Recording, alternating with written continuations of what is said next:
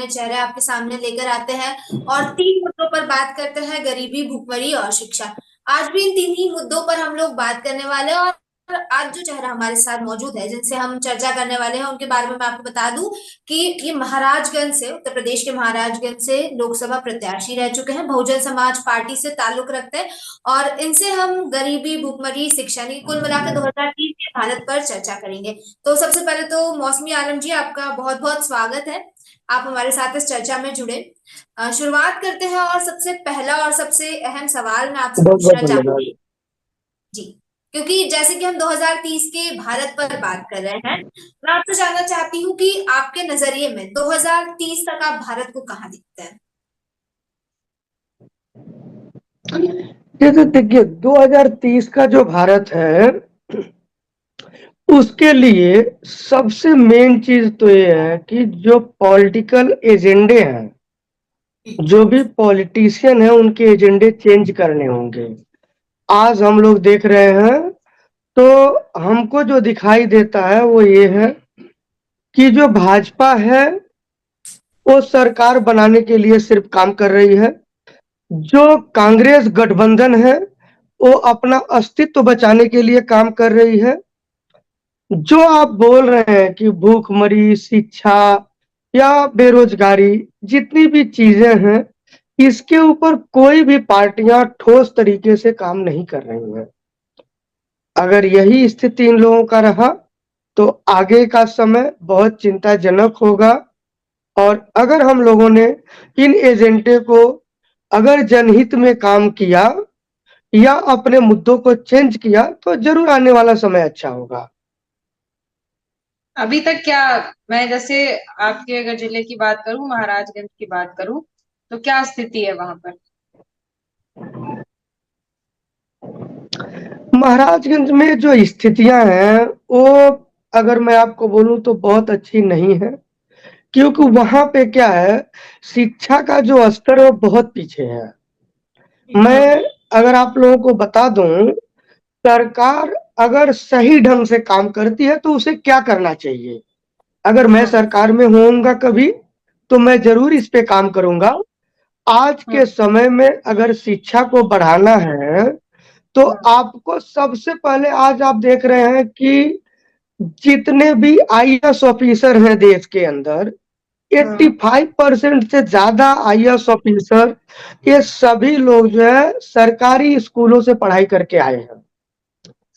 आज सरकारी स्कूलों में जो सैलरी होता है स्कूल अध्यापकों का, वो 50,000 के आसपास होता है। लेकिन लोगों के अंदर इस बात की जागरूकता नहीं है कि जिस प्राइमरी स्कूल में 1,000 रुपया फीस दे के वो लोग पढ़ाते हैं, जहां पे टीचर 10,000 रुपया पगार लेता है, वो क्या पढ़ाई करेगा। डेफिनेटली सरकारी जो स्कूल के टीचर हैं वह सिलेक्टेड हैं, बहुत अच्छे हैं, बच्चों को वहां पे भेजना चाहिए और सरकार को उसके इंफ्रास्ट्रक्चर को दुरुस्त करना चाहिए, तभी जाके बेहतर शिक्षा हो सकेगा। सर, आपने कहा कि सरकारी दूसरी चीज, स्कूल, सर आपने कहा सरकारी स्कूल्स जो है वहाँ के टीचर्स काफी ज्यादा अच्छे हैं और वहां पर भेजना चाहिए बच्चों को, ये बात आपने कही। लेकिन सवाल ये उठता है कि आखिर क्यों क्यों जनता सरकारी स्कूल्स पर भरोसा नहीं कर पाती? अगर हम बाहर उठ के निकले और किसी से भी बात करें तो मैं ये चीज कह सकती हूँ कि कोई भी पेरेंट अपने बच्चे को सरकारी स्कूल में भेजना नहीं चाहेगा जब तक कि उसकी बहुत मजबूरी नहीं होगी। तो आखिर ऐसी क्या वजह है? क्योंकि एक सरकारी चीज में तो जनता का भरोसा और ज्यादा होना चाहिए, लेकिन उसके मैं बावजूद सरकारी चीजों पर भरोसा नहीं हो पा रहा है। क्या जाना चाहिए इसको? मैं आपको लोगों को यही चीजें बता दे रहा हूँ जितना मैंने देखा है और जो नोटिस किया है। मैं आपको बताऊं, मैं खुद सरकारी स्कूल से पढ़ाई किया हूँ और आज एक सक्सेसफुल बिजनेसमैन हूँ। एक जमीन स्तर से चढ़ के अगर मैं हजारों करोड़ की कंपनियां बना के रखा हूँ, एक पॉलिटिकल लीडर हूँ, तो डेफिनेटली मैं काफी सक्सेस हूँ। यही चीजें अगर सरकार जो है देश के अंदर बढ़ावा देती है, इन चीजों को लोगों के अंदर जागरूकता लाती है कि 85% से ज्यादा आईएएस ऑफिसर सरकारी स्कूलों से पढ़ाई किए हुए हैं। आपको, जब आप वहां पे क्या सरकारी स्कूल में सिर्फ पढ़ाई होगी, आप चीजों को समझिए। लेकिन जब आपको प्राइवेट स्कूलों की बात होती है तो वहां पे सिर्फ और सिर्फ बिजनेस होता है। जब हमको हमारा फाइनेंस एडवाइजर जब बात करता है तो हमको बोलता है कि सर आप एक काम करिए, एक अच्छा सा स्कूल बनाइए, पैसा आपको बोरा भर के मिलेगा। तो आज जो मेंटलिटी है लोगों की या बिजनेसमैनों की, या इन्हीं चीजों को बढ़ावा दे रहे हैं। हालांकि अगर सरकार चाहे एक जागरूकता अभियान चलाए कि सरकारी स्कूलों में बच्चों को पढ़ाना चाहिए, तो डेफिनेटली सरकारी स्कूल में बहुत अच्छे टीचर होते हैं और बहुत अच्छी पढ़ाई हो सकती है। ठीक है। तो सर और देश का सिर्फ जागरूकता अभियान चलाने से क्या लोग अपने बच्चों को सरकारी स्कूल में भेजने लग जाएंगे? जो सरकारी स्कूल के हालात है इस वक्त वो सुधर जाएंगे सिर्फ जागरूकता अभियान चलाने से? नहीं, उसका इंफ्रास्ट्रक्चर ठीक करना होगा। आज के समय में जागरूकता अभियान के साथ साथ में उसका इंफ्रास्ट्रक्चर ठीक करना होगा। उसमें भी और अच्छे लेवल पे टेक्नीशियन चीजें वहां पे डालनी होगी जिससे बच्चे वहां जा सके। बहुत सी चीजें देखिए हैं जो सर, आसानी से किया जा सकता है। एक चीज आपकी बात से ये समझ में आ रही है कि आप आज ये कह रहे हैं कि सरकार का सरकारी स्कूलों में ज्यादा बेहतर, सरकारी स्कूल ज्यादा बेहतर है प्राइवेट स्कूलों से, आप यही कह रहे हैं ना? तो इसमें मैं मैं आप अभी सुबह ही एक खबर पढ़ रही थी, हालांकि 3 दिन पुरानी खबर है, महाराजगंज की। उसमें आदेश दिया गया था 1 साल पहले, जो वहां पर शिक्षा के अधिकारी हैं उनको आदेश दिया गया था कि शिक्षकों के ऊपर ऑनलाइन तरीके से निगरानी रखनी है। लेकिन 3 दिन पहले की खबर ये सामने है कि शिक्षकों के ऊपर बिल्कुल भी ध्यान नहीं दिया रहा है। जो स्कूल है, सरकारी स्कूल है, शिक्षक वहां पे उपस्थित ही नहीं है, तो बच्चों को पढ़ाएंगे क्या? ये हालात है मैं आपको एक बात बता देता हूँ, आप पहले समझ लीजिए। मैडम, मैं आपको बताता हूँ, सिर्फ महाराजगंज की बात नहीं, मैं पूरे देश में घूमता हूँ। ठीक है, करीब करीब देश के सभी जिलों में घूम चुका हूँ। मैं आपको एक बड़े जिम्मेदारी के साथ एक बात बता देता हूँ। आज जो सरकार है पूरी तरह से करप्ट सरकार है, और इनके जो लोग हैं वह अधिकारियों को उनके स्तर पे काम नहीं करने दे रहे हैं। जितने प्राइवेट स्कूल हैं ये किसके हैं? बीजेपी के लोगों के हैं। पुराने जो है वो कांग्रेस के लोगों के हैं, और जो गठबंधन में लोग जुड़ रहे हैं उनके हैं। तो उनको जब अच्छी फंडिंग आ रही है तो अधिकारियों को काम ही नहीं करने दे रहे हैं। जब आप अधिकारियों को काम ही नहीं करने दोगे तो फिर जो है आपको सरकारी स्कूलों का इंफ्रास्ट्रक्चर कैसे ठीक होगा? आपको मैं बता ऑपोजिशन रहा क्या हूँ, कर आप रहा है मेरे सर को वहां पे? गलत साबित कर दीजिए। आज देश के अंदर सरकार सरकार तो 85%। देखिए कुछ काम कर नहीं रही है, कहाँ पे? मान लीजिए ऑपोजिशन का भी तो कुछ भूमिका है ना। ऑपोजिशन क्या कर रहा है, विपक्षी दल क्या कर रहा है? अरे भाई, ऑपोजिशन कौन है? ऑपोजिशन भी तो वही है भाई। 10 साल तुम शासन करो, अगले साल मैं शासन करूंगा। देश मतलब के मिली अंदर भगत जो करके शासन जनता को है बेवकूफ वो बना क्या है? रहे हैं। 10 साल हमारा, 10 साल तुम्हारा। बिल्कुल कि जनता को बेवकूफ बना रहे हैं। आज के तो समय में सर देश के अंदर एक बड़े क्रांति की जरूरत है। आज देश में एक बहुत बड़े क्रांति की जरूरत है इन दोनों पार्टियों को बाहर निकालने के लिए। और मैं जरूर इसमें कोशिश करूंगा, और बहन जी भी बहुत अच्छे से इस स्किल के ऊपर काम कर रही हैं। आने वाले समय में हम लोग इसको बेहतर बनाने की कोशिश करेंगे। आप अगर न्यूज सर में अभी किसकी सुने बात कर रहे होंगे, हैं आप? नाम ले पाएंगे क्या? बहन जी किस को बहन रिफर कर मतलब रहे बहन कुमारी मायावती जी की बात कर रहा हूँ, मैं हैं? बहुजन समाज मायावती जी पार्टी ने का। भी, सर देखिए बुरा मत मानिएगा, मायावती जी ने भी जब राज किया था उस वक्त के भी हालात आप बहुत बेहतरीन तरीके से जानते हैं। मैडम, मायावती जी तो अगर खुद ही, आप, मैं आपको बताता हूँ, आप मेरे स्टेटमेंट सुन लीजिए जो चुनाव प्रचार के समय में मैंने इस्तेमाल किए हैं। मैं आपको बता देता हूं, बहन कुमारी मायावती जी ने हर गांव में प्राइमरी स्कूलों को बढ़ावा दिया था। आपको अच्छी तरह से बात पता होगा। वो इसलिए दिया क्योंकि आज क्या हो गया जानती हैं आप? आज सरकारी स्कूल जो है ग्राम प्रधान के रिश्तेदारों के लिए अलर्ट है। शादी के लिए आपको फंक्शन करना है तो आपको सरकारी स्कूल में करना है। नेताओं का कोई फंक्शन करना है तो सरकारी स्कूल में करना है। तो यह सभी चीजें, इसके लिए तो स्कूल नहीं बने थे। स्कूल तो बिल्कुल शिक्षा के क्षेत्र को मतलब, बढ़ावा देने के लिए बने थे। आज जो है बिल्कुल सर आज जो है जो सच्चाई है जमीन की, आज आप लोग उसको दिखाइए। मैं आप लोगों का बहुत बहुत धन्यवाद देता हूं कि आज आप भूखमरी शिक्षा के ऊपर आप बात कर रही हैं।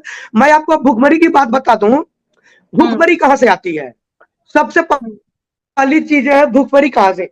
आज भाजपा बोलती थी कि मैं आपको 5 किलो राशन दे रहा हूं, कांग्रेस ने उसको जवाब दिया कि मैं 10 किलो राशन दूंगा। मैं आपको बड़े जिम्मेदारी के साथ बता दूं, हमारे यहाँ जो गांव की औरतें होती हैं वो 5 से 10 किलो राशन भीख मांगने वाले भिखारी को दे देती हैं। अब जब इनको राशन देके वो उलझा रहे हैं, शिक्षा इनको दे नहीं रहे हैं, चीजों की महंगाइयां बढ़ा रहे हैं। जब आदमी कोई भी बच्चा जब शिक्षित नहीं होगा तो वो उसका डेवलपमेंट ही नहीं हो सकता है। डेवलपमेंट होने से हर चीजों को हम आसानी से कर सकते हैं। नीति आयोग की एक रिपोर्ट सामने आई है, मैं आपको बता रही हूँ सर। नीति आयोग की एक रिपोर्ट सामने आई है, उसमें महाराजगंज को प्रथम स्थान मिला है। 5 वर्षों में सरकार ने 3,42,72,000 लोगों को गरीबी से निकाला है। तो मतलब अब क्या माने इसको, ये बताइए। मैडम, गरीबी से निकाला है, किस स्तर पे निकाला है? गरीबी से नहीं निकाला, गरीबों को ही निकाल दिया है। ठीक है, तो कहाँ आप चले गए लोग सब? कुछ चीजें मतलब समझिए। महाराजगंज से हम सारे लोग गरीब राशन हट की गए। दुकान, मैडम सुनिए, नहीं नहीं, मैं आपको बताता हूँ क्या है, गरीबों को कैसे हटाया है आपको मैं बताता हूँ।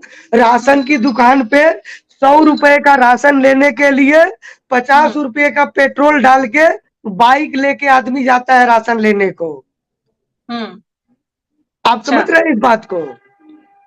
बाइक लेके 50 रुपए का तेल डाल के आदमी 100 रुपए का राशन लेने के लिए राशन की दुकान पे जाता है।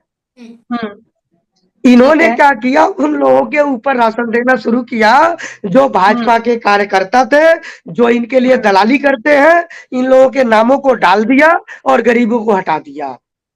अच्छा, मतलब सर आप ये कह रहे हैं कि गरीबी सरकार खत्म नहीं हुई। मतलब आप ये मान रहे हैं ना कि सरकार ने कुछ नहीं किया। आपको सरकार का क्या काम दिखाई देता, आप मेरे को बता दीजिए।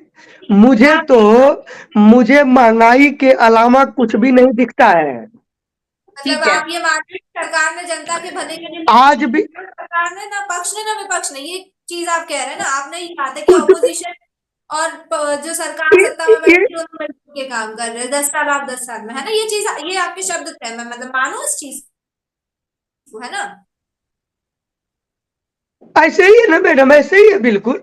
आप आगे भी देखिए, अभी सरकार ज्यादा से ज्यादा 6 महीने के अंदर चेंज हो जाएगी। ठीक है सर, आपकी बात मान लेते हैं। अगर आप कह रहे हैं कि सरकार ने कुछ नहीं किया, ना सत्ताधारी पक्ष कुछ कर रहा है, ना विपक्ष कुछ कर रहा है, तो देखिए सरकार तो कुछ नहीं कर रही। ठीक है, अब ये बात मान लेते हैं। इतने साल हो गए, 75 साल हो गए आजादी को। आजादी के बाद से यही चीजें लगातार चली आ रही है।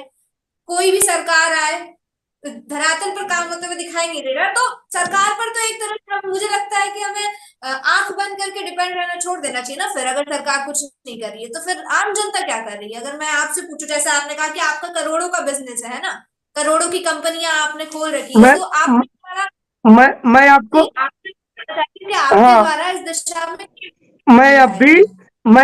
मैं हाँ, मैं आपको बता देता हूँ। मैं महाराजगंज के अंदर अभी 5.5 एकड़ जमीन लिया चुनाव हारने के दूसरे दिन, और उसके अंदर में मैन्युफैक्चरिंग यूनिट को, इंडस्ट्री को बैठाने के लिए मैंने उसका डॉक्यूमेंटेशन कर रहा हूँ। नवंबर के महीने में उसे चालू करूंगा। हमने बोला था 5 लाख लोगों को मैं रोजगार दूंगा अगर मैं चुनाव जीतता हूं तो, और 50,000 लोगों को सरकारी नौकरी दूंगा। लेकिन वो नहीं हो पाया, मैं चुनाव हार गया। फिर भी जो लोग मुझे वोट दिए, तो ही क्यों देंगे? चुनाव जीते बिना नहीं दे सकते हैं क्या आप? मैं उस जैसे दिशा में आपने काम कर कहा रहा हूँ। कि भारतीय जनता पार्टी या कोई भी ऑपोजिशन पार्टी जो है वो 5 किलो राशन दे रही है, 5,000 रुपए दे रही है, तो दूसरा वाला 10,000 रुपए दे रहा है। आप भी तो वही कर रहे हैं कि मैं जीतूंगा तो मैं इतनी नौकरियां दूंगा, बिना जीते देके। हाँ, तो बिना जीते दिया हूँ। आज के डेट में मेरे पास 2,000 से ज्यादा वर्कर काम करते हैं। आज के डेट में फैक्ट्री जो आप स्टैब्लिश कर रहे हैं उसकी 2000 बात कर रही हूँ। क्या चीज? तो सरकारी जो नौकरी आपने मेरे सिग्नेचर से तो होगा नहीं ना। सरकारी नौकरी तो मेरे साइन से नहीं होगा। मैं तो प्राइवेट नौकरी ही दे सकता हूँ लोगों को। वो तो मैं दे रहा हूँ, इंडस्ट्री बैठा रहा हूँ, इंडस्ट्री के अंदर लोगों को कारोबार दूंगा, अभी वो दे मैं रहे तो वही सबूत करूंगा, वो मैं कर रहा हूँ। बिल्कुल ठीक है, वो चीजें सामने दिख रही हैं। हाँ। लेकिन जब हम जैसे आपके जिले की बात कर रहे हैं, महाराजगंज जिले की बात कर रहे हैं, जैसे ही आप खुद जब आप पढ़ते होंगे, न्यूज अपडेट्स पढ़ते होंगे, तो आप महाराजगंज के बारे में अगर जानने की कोशिश करेंगे ना, तो उसमें साफ दिखा रहा है कि महाराजगंज आज की डेट में सबसे बेहतरीन बन चुका है। शिक्षा के क्षेत्र में, गरीबी के क्षेत्र में नीति आयोग की रिपोर्ट बता रही है। आप कह रहे हैं कि कुछ भी नहीं हो रहा है, तो यहाँ ये जनता सब तो असमंजस इस ये आयोग किसका है? आयोग को मॉनिटरिंग कौन करता है? वही वही चीज, वही मैं कह रही हूँ कि नीति ये आयोग पे सभी चलिए आयोग भरोसा कोई कर आपको नहीं रहा है। आपको सुनिए ना मैडम, आप सुनिए ना, आप लोग यह बात बढ़िया से जानते हैं, जहां पे सीएम तक सेफ नहीं है जिस देश के अंदर, भ्रष्ट है, नो डाउट भ्रष्ट है, लेकिन अगर सीएम जेल में चला जाता है, सभी आयोग जो है सरकार इस्तेमाल कर रही है, तो नीति आयोग भी तो पूरी तरह से सरकार के कंट्रोल में है, वो सही काम कैसे कर सकती है? आप जमीन पे घूमिए, सुनिए, मैं आपको बताता हूं, मैंने पूरे जिम्मेदारी के साथ जितने भी न्यूज दिए हैं, सभी वाइट्स के अंदर मैंने बताया है कि आप मेरे साथ घूम लीजिए, मेरी गाड़ी अगर आगे चलेगी तो पीछे की जो गाड़ियां हैं वो धुंध से दिखाई नहीं देती हैं। यह है रोड का वहां पे इंफ्रास्ट्रक्चर। हर साल जो है कम से कम हजारों एकड़ गेहूं की फसल जलती है महाराजगंज के अंदर। मैंने डीएम साहब को बोला कि गेहूं की फसल तैयार होने से पहले आप नहरों में पानी छोड़ दीजिए, मानसून ठंडा हो जाएगा, और अगर मानसून ठंडा नहीं भी हुआ, आग लग भी गया, तो उस पानी की मदद से गांव के लोग आग को बुझा लेंगे। लेकिन उन्होंने ऐसा नहीं किया। आज हजारों एकड़ खेतियां जल जा रही हैं, आप बोल रही हैं कि वहां पे सरकार ने काम किया है। अब बताए वो जो हमको, अब देखिए सामने जो नीति आयोग की रिपोर्ट से आंका जा रहा है, उससे तो ये समझ में आ रहा है, लेकिन वास्तविक स्थिति जानना था, इसलिए हम आपसे जुड़े, आपसे जान रहे हैं। चलिए मान लीजिए कि आप चुनाव जीत गए, मायावती जी बहन की सरकार आ गई, उसके बाद महाराजगंज को कैसे बदलेंगे? क्योंकि अभी तो हालत बद से बदतर है, हर जगह महाराज हाहाकार सुन मचा लीजिए, हुआ है। मैं आपको बड़े जिम्मेदारी के साथ एक बात बता देता हूं, महाराजगंज डिस्ट्रिक्ट बनने के बाद वहां पे आपको पता है मुख्यालय नहीं था। बहन जी की सरकार, बहन जी की जब सरकार बनी हमारे यहाँ पे, एक भी एमएलए उनका नहीं था, एक भी एमपी उनका नहीं था, कभी भी बसपा का एमपी आज तक नहीं हुआ महाराजगंज में। जो महाराजगंज के अंदर में अगर बहन कुमारी मायावती जी के विकास कामों को अगर हटा दिया जाए, तो 5 भी ऐसे बिल्डिंग नहीं है जो किसी दूसरी सरकार ने किया हो। यह महाराजगंज की स्थिति है। अभी शिक्षा के क्षेत्र की अगर आप बात करेंगी, तो बहन कुमारी मायावती जी की सरकार में आप लोगों ने देखा होगा, उर्दू अरबी जो यूनिवर्सिटी है लखनऊ के अंदर, वो बहन कुमारी मायावती जी ने बनाया था। उनके सरकार में हाँ, ये लखनऊ में जो है बहन कुमारी मायावती जी ने बनवाया है। ठीक है, इसके बाद मैं आपको बता देता हूँ, आपको नहीं लगता सर कि समुदाय स्पेसिफिक पार्टी चली जाती है? नहीं ऐसा नहीं है, देखिए आपको समुदाय पर नहीं, फोकस कर देना। आपको मैं बताता हूँ, बहुजन समाज पार्टी का जो नारा है, सर्वजन हिताय सर्वजन सुखाय, और इसके ऊपर पार्टी ने काम किया है। आज तक जितने टिकट दिए एमएलए एमपी या किसी के लिए, सभी के लिए दिया है। इसके अलावा जब सरकार बनी तो मिनिस्ट्री में भी सबको इन्वॉल्व किया है। कोई भी ऐसा धर्म और जात का आदमी नहीं है जो इस पार्टी में नहीं होता था भाजपा की तरह। ठीक है, तो इसको जो है ना सिर्फ बदनाम किया जाता है, क्योंकि सबको पता है कि बहन कुमारी मायावती जो है वो दलित समाज की है। अगर वह देश की मुख्यमंत्री या प्रधानमंत्री बनती है, तो आज के समय में जो लोग हैं, जो अलग अलग पार्टियों के लोग हैं, ये लोग उसको एक्सेप्ट नहीं करना चाहते हैं कि एक दलित समाज की महिला जो है आज जो है मतलब प्रधानमंत्री बने। नहीं तो मैं आपको बता देता हूं, जो इन्होंने अभी इस चुनाव में जो गलतियां हुआ, उत्तर प्रदेश में जो है मतलब उत्तर प्रदेश में संविधान खतरे में था। लेकिन बाकी के स्टेट में संविधान खतरे में नहीं था, वहां पे इस मुद्दे को नहीं बढ़ाया गया। संविधान खतरे में होने की बात सुन के दलित और मुस्लिम डरता है, और उस डर का इन्होंने फायदा उठाया। बहन कुमारी मायावती जी को इसका खामियाजा भुगतना पड़ा।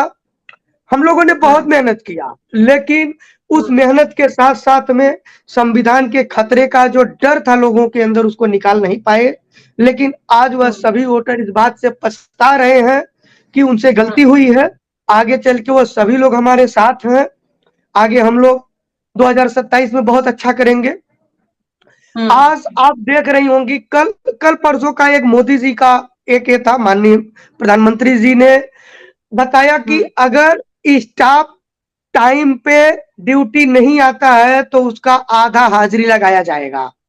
तो भी आपने कुछ न्यूज नहीं हो देखा रहा है सर रहेगा। वहां पे। नहीं, सुन तो तो भी तो लीजिए, कुछ नहीं हो रहा है। मैडम सुन तो लीजिए, पूरी बात तो सुन लीजिए। आधा हाजिरी देने की बात उन्होंने किया, लेकिन आपको पता होगा जब बहन कुमारी मायावती जी की सरकार थी, आपका पूरे स्टेट के अंदर 10 बजे की ड्यूटी है तो ऑफिसर जो है 9:30 बजे गेट पे खड़ा मिलता था। ये था बहन कुमारी मायावती जी का सरकार चलाने का तरीका। अच्छा, तो आप समझिए। चलिए, आप मायावती जी की बहुत तारीफ कर रहे हैं। मैं एक चीज आपसे जानना चाह रही हूँ कि बहुत पढ़ी लिखी हैं, आपने तारीफ की, बहुत अच्छा काम भी करती हैं, तो भी भाषण देते वक्त तो पढ़कर भाषण देती हैं, इसके पीछे की क्या वजह है? देखिए क्या होता है, उनका जो भाषण है, स्पीच देना, लिख के बोलना, दरअसल क्या होता है कि बहुत से लोग ऐसे होते हैं जो बात करते करते थोड़ी सी बातें इधर उधर जाती है और लाइन अप नहीं हो पाता है। तो बहन कुमारी मायावती जी की सोच एकदम क्लियर है कि जो हमारा संदेश लोगों के पास जावे वह पूरी तरह से निरीक्षण करके ही जावे, कोई गलती न हो। उन्होंने डॉक्यूमेंटेशन को बहुत ज्यादा प्रायोरिटी दिया हुआ है शुरू से लेके आज तक, और इसीलिए वह जो डॉक्यूमेंटेशन पे भरोसा करती हैं और वह देखकर बोलती हैं। सर, आप चुनाव लड़े थे ना इस बार, हम्म। तो हार गए, हाँ तो जीत क्यों नहीं पाए? सर, काम किए होते तो जीत जाते। मैडम, काम आदमी कैसे करेगा? आप पहले समझ लीजिए, मेरे यहाँ पे काम काम करने के लिए कैसे तो पहले करेंगे? मुझे, मैं आपको बता रहा हूँ ना, मुझे महाराजगंज जिले में काम करने के लिए तो पहले मुझे कमाना पड़ेगा ना, और कमाने के लिए महाराजगंज में इंडस्ट्री नहीं है। इस वजह से आप ही मुझे किस मुंबई जाना पड़ा। और जब मैं मुंबई जाके कमाया तो कमाने के बाद अब वहां पे जो खर्चा है वो मैं कर रहा हूँ। मायावती जी ने तो बहुत काम किया पहले का, तो आपको तो मेहनत करने की जरूरत ही नहीं पड़नी चाहिए ना। आपको बताए ना, लोग गुमराह हो जाते हैं ना, जनता जो है गुमराह होती है, उनको आसानी से लोग गुमराह कर लेते और हैं। गुमराह कौन करता है सर? जो चोर बदमाश लोग हैं वही लोग करेंगे। गुमराह आपको पार्टियां ही अच्छी तरह से करती हैं। पता होगा। ईमानदार आदमी कभी किसी को गुमराह नहीं करता। आप बढ़िया से बात को समझ लीजिए, आप कह साइकोलॉजिकल रहे चीजें हैं। आप कह रहे जनता गुमराह हो जाती है। इस बार उत्तर प्रदेश का जो लोकसभा चुनाव का नतीजा है उसमें साफ समझ आ रहा है कि जनता को गुमराह किया गया है या नहीं। ऐसे कैसे आप कह रहे हैं जनता गुमराह हो जाती है? नहीं, गुमराह तो हुई है, पूरी जनता जो है गुमराह हुई है। कैसे गुमराह आपको हो? संविधान संविधान का डर दिखाया गया, जबकि जो पार्टी संविधान की डर दिखा रही है, आपको अच्छी तरह से पता होगा कि कम से कम करीब करीब 100 टाइप ऑफ जो है ना संविधान में छेड़छाड़ कांग्रेस सरकार में 70 साल में किया गया है, जबकि भाजपा के सरकार में 10 बार छेड़छाड़ किया गया है। फिर भी संविधान का खतरा दिखा रहे हैं वो लोग। वो ठीक है तो सर, आप चलिए, अब बताइए। मैं मान ली कांग्रेस पार्टी खराब है, भारतीय जनता पार्टी खराब है। मैं एक चीज आपसे जानना चाहूंगी, आज की डेट में अगर बहुजन समाजवादी पार्टी को पूरा देश संभालने का जिम्मा मिल जाए तो क्या आपको लगता है कि आपकी पार्टी पूरा देश संभाल पाएगी? क्या उस लेवल पे मैं, पहुंच चुकी है कि पूरा देश संभाल मैं, पाएगी, और भी मैं, पार्टियां काम नहीं कर पा रही हैं उससे भी अच्छा आप काम करके दिखाएंगे? मैं आपको 100% पूरी जिम्मेदारी के साथ और पुरानी सरकार चलाने के नतीजों को सामने रखकर आपको बता सकता हूं कि बहन कुमारी मायावती जी से बेहतर सरकार चलाने के लिए हिंदुस्तान में कोई लीडर है ही नहीं। सर, सभी पार्टी के नेता यही बोलते हैं।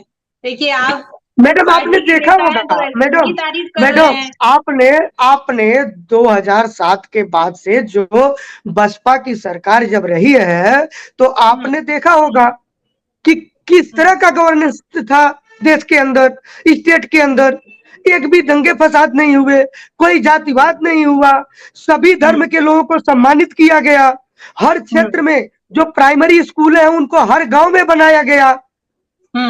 दलितों का जनता पूरा की सम्मान देखिए होता अभी था। भी जनता विश्वास ही नहीं कर रही है ना इस बार के चुनाव में, फिर आपको मिल गई होती सीटें, क्यों नहीं मिल पाई? आप समझिए, सीटें देखिए नहीं भारतीय मिलना। जनता पार्टी कहते हैं ना कि गुमराह किया गया है। भारतीय जनता पार्टी का राम मंदिर के नाम पे लोगों का वोट, लेकिन आप देखिए युवा वोटर हमेशा उसी को वोट देगा जिसको समझ पाएगा कि नहीं हमारे लिए काम कर रहे हैं। आपने भारतीय मैडम जनता एक्चुअल पार्टी में को देखा उत्तर प्रदेश में कैसे डगमगाई बीजेपी की स्थिति। मैं ये कह रही हूँ कि जनता को कोई गुमराह नहीं कर सकता। अगर जनता को विश्वास हो गया कि हमारे लिए मायावती जी ऐसा कर सकती हैं, तो मायावती जी को पहले कुछ करके दिखाना होगा। जैसा आप कह रहे हैं कि उनके और कितना, शासनकाल और में बहुत कितना सी आप चीजें बताइए हुई हैं, मुझे, तो और कितना दिखाने की जरूरत है? 4 तो बार क्यों सीएम नहीं रही जनता है। ने चुना? जनता 4 ने क्यों बार नहीं सीएम। चुना फिर? जनता जो है, जनता अगर नहीं चुनी है तो उसमें जो है ये चोर बदमाश लोग जो है, इन लोगों ने उनका मिसयूज किया, उनको गुमराह किया। आप समझिए ना चीजों को। संविधान का खतरा है क्या? आप जो पढ़ी लिखी हैं, आप संविधान को जानती हैं। संविधान बदला जा सकता है क्या देश का? पूरी क्रांति संविधान आ क्यों जाएगी देश के बदलेंगे? अंदर। देश के अंदर इतनी क्रांति आ जाएगी कि रोड पे लोग खड़े हो जाएंगे। बसपा खत्म नहीं हुई है। संविधान को कभी मिटाया नहीं जा सकता है देश से। और इस बात का डर दिखाकर लोगों को, अनपढ़ लोगों को गुमराह किया गया। ये चलिए कहां से मायावती जी सही की है? आपने बहुत तारीफ करी। मायावती जी के बाद आपके सबसे पसंदीदा नेता किसको आप मानेंगे, ये बताइए। अगर मायावती जी के पास अगर किसी नेता को अगर मानने की जरूरत है तो मैं आपको बताता हूं, ममता बनर्जी जो है एक अच्छी लीडर है, सच्चाई के लिए हमेशा लड़ती उत्तर हैं। प्रदेश में अगर मैं फोकस कर लूं तो उत्तर प्रदेश में तो कोई भी लीडर नहीं है। कोई भी नहीं उत्तर है। प्रदेश के अंदर, उत्तर प्रदेश के अंदर जो भी लीडर है वो सिर्फ धार्मिक है। उनको धार्मिक होने के अलावा और कुछ भी नहीं करना है। आज के समय में जितनी भी पार्टियां हैं वो सभी पार्टियां और सभी लीडर वो अपने अस्तित्व की लड़ाई लड़ रहे हैं। जनता के लिए कोई लड़ाई नहीं लड़ रहा है। जी जमीन सर, के ऊपर, जमीन के चलिए ऊपर उम्मीद कोई करते भी हैं कि जनता की अगली लड़ाई बार नहीं आप लड़ रहा लोग जीतें और जनता के लिए बहुत कुछ करें। है। मैं आपको यकीन दिलाता हूं आने वाले समय में मैं जरूर जीतूंगा। यकीन और सभी नेता बहुजन दिलाते हैं सर, यही तो। बहुजन समाज पार्टी को पूरी मजबूत करूंगा और देश के अंदर उसको हर जगह पे ज्यादा से ज्यादा सीटें जितवा चलिए के 2030 सरकार में में आप क्या लाऊंगा। योगदान दे पाएंगे, मुझे ये बता दीजिए। किसमें? 2030 के भारत के लिए आप क्या योगदान कर पाएंगे अपनी तरफ देखिए, से? 2030 के भारत के लिए मैं सरकार को चिट्ठियां लिख रहा हूं कि आप लोग सरकारी स्कूलों के इंफ्रास्ट्रक्चर को डेवलप करिए जिससे शिक्षा आप एज ए बेहतर हो। इंडिविजुअल बताइए सर, सरकार को साइड हटाइए, अभी सरकार तो कुछ नहीं कर रही। कुछ नहीं करते। इंडिविजुअल जो है, आप समझ लीजिए मैं एक इंडस्ट्रियलिस्ट हूं। मैं इंडस्ट्री को बढ़ावा दूंगा और इसके अलावा जो मेरे पार्टी के लोग हैं या जितने भी हैं उनकी सदस्यता बढ़ाई जाएगी, उसके ऊपर काम किया जाएगा। इनके लिए अलग से अभी लीगल एडवाइजर रखे जाएंगे, पार्टी सरकारी के अनुदान। पार्टी के लोगों के बारे में नहीं जानना चाह रहा, हम आम जनता के बारे में जानना चाह रहे हैं। आम जनता के लिए आप क्या करेंगे? मैं आपको तो बताया, मैं जनता के लिए जो है मैं कल्चरल चीजें भी करता हूँ, मैं मूवी बनाता हूँ। तो सर एक कहूंगी, थोड़ा सा अपना कैमरा ठीक कर लीजिए, आपका क्या आधा फेस आ रहा है फ्रेम में। जी अपनी मैडम चेयर बताइए। थोड़ी सी हटा लीजिए।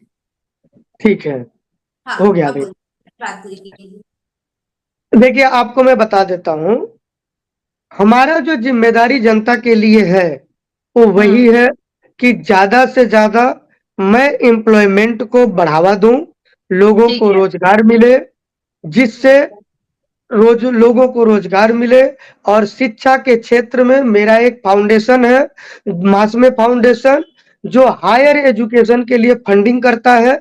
एक्सीडेंटल मेडिकल प्रॉब्लम्स के लिए मैं कुछ हॉस्पिटल्स के साथ बात कर रहा हूं कि अगर कोई भी हॉस्पिटल है, उन जो एक्सीडेंट हो रहे हैं उनको इमीडिएट बेसिस पे उनका इलाज किया जाए।